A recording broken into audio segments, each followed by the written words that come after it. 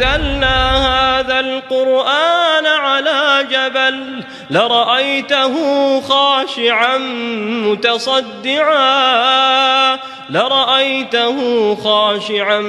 متصدعا من خشية الله وتلك الأمثال نضربها للناس لعلهم يتفكرون. Guys, tadi rasa macam ada orang kacau ni. Acap lately ni dah main satu game baru. Rasa macam diganggu je nak tembak guys. Game apa? Puff. Tak tahu ke game apa? Serius lah guys. Puff tu kan game yang boleh bagi korang pengalaman sebenar perang. Macam dalam TV tu guys. Yang paling best sekali dalam Puff ni guys, korang boleh jadi general untuk tim korang. Nak pergi perang ramai-ramai boleh, nak pergi strategi seorang-seorang pun boleh. Tapi kalau strategi korang tak best, tak jadi, jangan risau guys. Sebab korang boleh join yang mana-mana dah power tu, atau korang boleh ajak je kawan-kawan korang untuk join sekali dan perkuatkan pasukan tentera korang guys. Dalam Warpath ni guys, yang paling penting kekuatan, kepantasan dan ketahanan guys. Bila ada 3 benda ni, perfect untuk korang. Kalau korang risau korang tak dapat senjata guys, jangan risau guys. Sebab kita boleh draw card sampai korang dapat korang punya weapon dengan senjata-senjata lain yang gempak-gempak. Inilah dia, kad Yusha guys. Selain tu guys, diorang ada 64 jenis pejuang, 104 kereta kebal dan 27 senjata infantry guys. Yang paling best sekali, paparan dia semua 3D. Kejap guys, Acap lupa nak ingatkan, korang tahu tak, dekat Warpath All Star Tournament kita ada wakil guys. Daddy Hood kenal, Solos kenal, SK Penjahat, Aul, mesti korang kenal ni guys kan. Korang kena panggil kawan-kawan korang untuk ke event page untuk undi siapa pemenang pilihan untuk Warpath All Star Tournament ni guys. Paling best sekali, korang boleh dapat hadiah sendiri. Diorang nak bagi macam-macam hadiah, antaranya PS5, Nintendo Switch and pelbagai lagi guys. So korang kena pergi cepat-cepat undi diorang, and jom kita ke medan perang untuk berperang. Korang boleh klik link dekat sana and imbas QR code segera.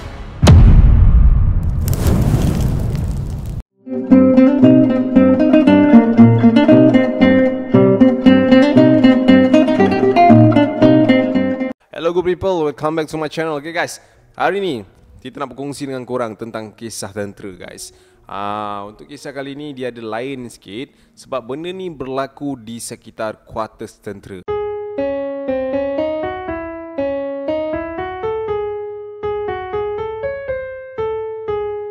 Acap rasanya macam jarang gila guys dapat satu kisah yang berkenaan dengan kuartus-kuartus tentera ni macam tu lah. Alright guys, untuk hari ni kita tak payah roll it lah sebab tadi dah roll it kan. Okay, kita terus cerita. Untuk cerita ini dihantarkan oleh seorang orang kata apa dia anggota tentera yang menginap dekat situ, dah pun berkeluarga. Dia ni mahu dikenali sebagai Azmi.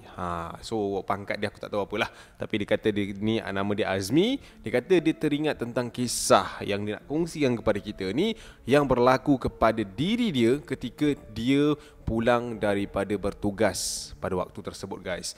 Ini kita selalu, cerita ni akan relate dengan macam kita selalu dengar mak-mak cakap balik maghrib tu sebelum masuk rumah basuh kaki dulu, kalau tak ini itu kan. So inilah dia kisah yang dikongsikan oleh Azmi kepada kita guys. Alright guys, so kisah ni bermula ketika dia ni ditugaskan untuk mengemas sekitar dewan yang berada dekat kuartus tempat dia tinggal tu lah. Sebab kat depan tu macam camp dia tau. Dia ni katanya waktu tu memang tengah bersiapkan satu tempat ni untuk event khas yang bakal berlaku hujung minggu tu lah.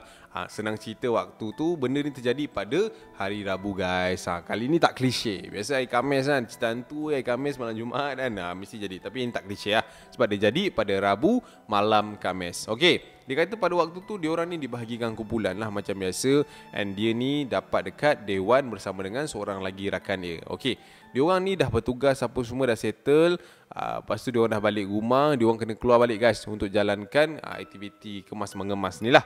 Cerita dia, diorang ni start agak lewat juga pukul 10 malam lebih kurang macam tu. Diorang kena mop dewan, susun sisirkan dewan tu kan. Susun. Menurut Azmi pada waktu tu, kerana dia macam leka gila buat benda Allah tu. Tengok jam dah pukul 1 pagi guys. Tapi time tu dia berdua je dengan kawan dia.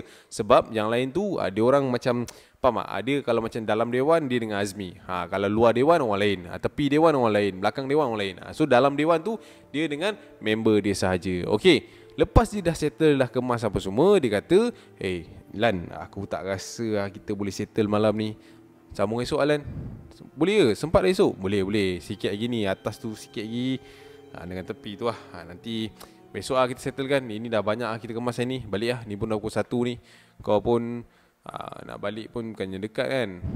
Yelah Mi, aku balik dulu lah. Okay, si Azmi ni dia ni dah berkahwin tau. Si Lan ni pula bujang, menurut apa yang dia cerita lah. So lepas dia orang dah decide untuk balik, dia orang pun ambil lah haluan masing-masing guys.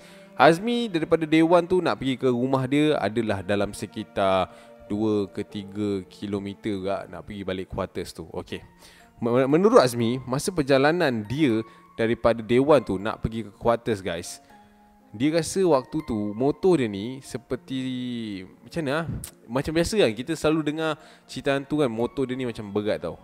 Motor dia ni macam berat. Tapi dia rasa motor dia ni macam faham tak? Macam mana dia bergerak tapi dalam keadaan yang sangat-sangat slow waktu tu.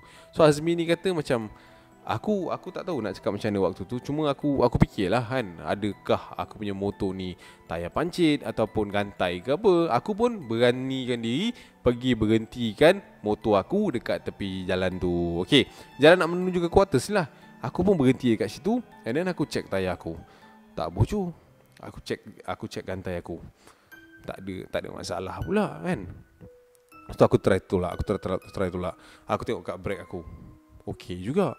Ya, pasal berat dah ni, dia kata macam tu. So waktu aku tengah tunduk untuk cek tayar tu, tiba-tiba waktu tu aku terdengar satu bunyi yang macam datang menghampiri aku. Tapi bunyi macam geseran orang berjalan dah. Ada macam shh. So aku pun naikkan kepala aku, dan aku tengok ada seorang pakcik ni, dia datang kat aku. Kata, "Nak, kenapa?" "Oh tak ada cik, motor saya ni problem. Malam-malam gelap-gelap macam ni pula, berat tiba-tiba." "Oh ya ke?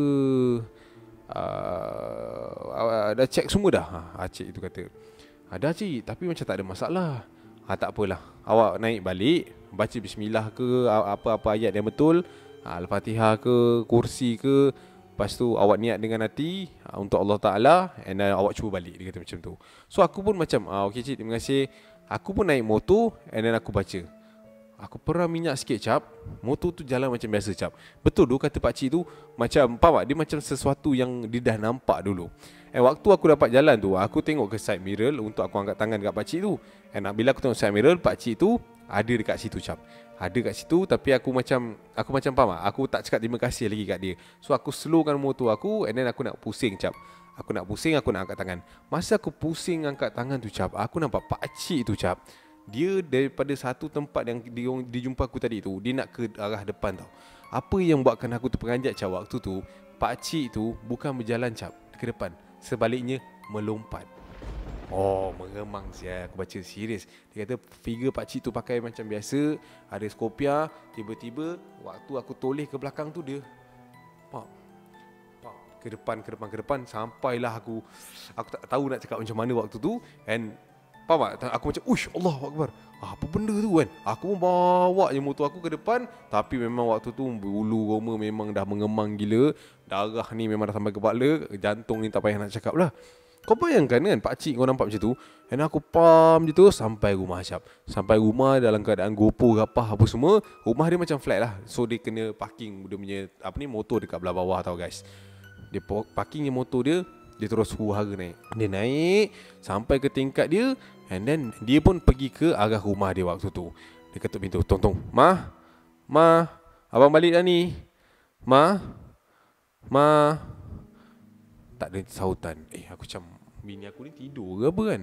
Aku ketuk sekali, Ma, abang balik ni." Dah pukul 2 kot. Tak apalah. Aku pun gaba ke poket aku untuk ambil kunci spare yang aku bawa untuk pintu rumah aku. Waktu aku tengah gaba poket aku tu cap, aku nak buka pintu aku tu, aku tiba-tiba rasa dekat belakang aku ada something yang melintas cap. Macam ni lalu dia. Waktu tu aku pula gatal pergi toleh ke belakang.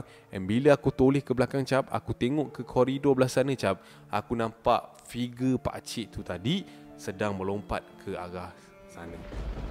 Time tu aku memang tak tahu nak cakap apa. Aku memang gopo-gapa nak buka pintu. And bila aku nak buka pintu lagi satu tu cap, pintu tu kunci daripada dalam cap. Kunci dah lah, aku tak ada waktu tu. Aku pun ketuk, Ma, buka pintu Ma, buka pintu Ma, buka pintu. Abang ke tu? Aku dengar suara macam tu daripada kat dalam rumah. Abang ni. Abang tadi ada pakcik datang. Pakcik mana? Tak tahu, dia cari abang. Dia kata abang langgar dia. Mana aku langgar dia? Tak tahu. Okay. Ma pergi masuk bilik sekarang. Biar abang je buka pintu ni. Awak unlock je. Okay, lepas tu aku dengar bunyi kecekak macam tu tau. Aku pun buka pintu and aku pun masuk cap. Masa aku masuk ke dalam bilik, ke dalam rumah aku tu, and then aku terus kunci pintu dan aku macam duduk. Waktu tu memang orang kata apa, nafas tu naik lah. Aku tengok jam. Waktu tu dah pukul 2.40 pagi macam tu lebih kurang. Allahu Akbar.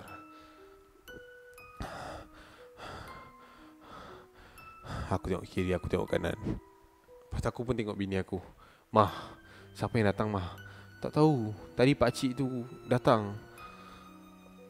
Mah tak tahulah. Lepas tu bini aku pun macam pergi ke belakang and then dia masuk ke dalam bilik dia. And aku pun macam, faham tak? Time tu aku jam, aku blank gila kan. Aku pun keluar ke arah pintu luar aku tu untuk kunci balik. And aku tengok kiri, tengok kanan.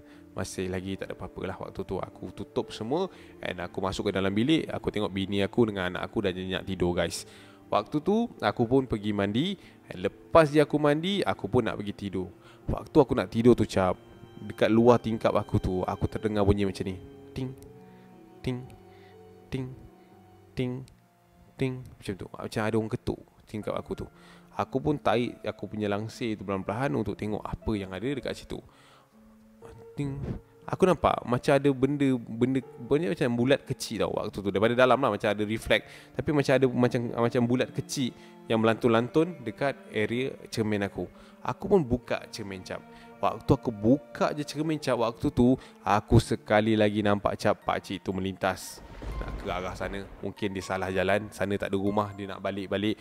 Waktu tu memang aku terus, orang kata apa, tersandar ke belakang and aku terus mengiringkan badan aku dekat sebelah bini aku. Aku baca lah surah apa yang terlintas kat kepala. And sedar-sedar je aku waktu tu dah pun pukul 5 lebih sebab aku terdengar bunyi azan subuh tau waktu tu. Bila aku bangun, aku memang kepalanya sakit, aku tak tahu nak cakap apa. Tapi pagi tu aku ada duty cap. So nak tak nak aku kenalah turun pergi quarters dekat base balik untuk menjalankan tugas. Walaupun waktu tu badan dah menggigil, rasa macam nak demam. So itulah dia guys, kisah yang dikisahkan oleh si Azmi ni kepada kita melalui pengalaman dia jumpa pakcik lompat-lompat dekat quarters dia guys. So guys, macam mana? Apa korang rasa kalau korang kat tempat Azmi tu kan? Bila like a normal pakcik, normal guy tegur kau pasal masalah motor, masalah kereta, and bila kau toleh ke belakang kau tengok pakcik tu ya, masalah dia ikut sampai rumah tu, aku tak boleh belah tu kan. Uish, minta jauh lah, simpang lah. Minta, tak nak. Takut masalahnya kan.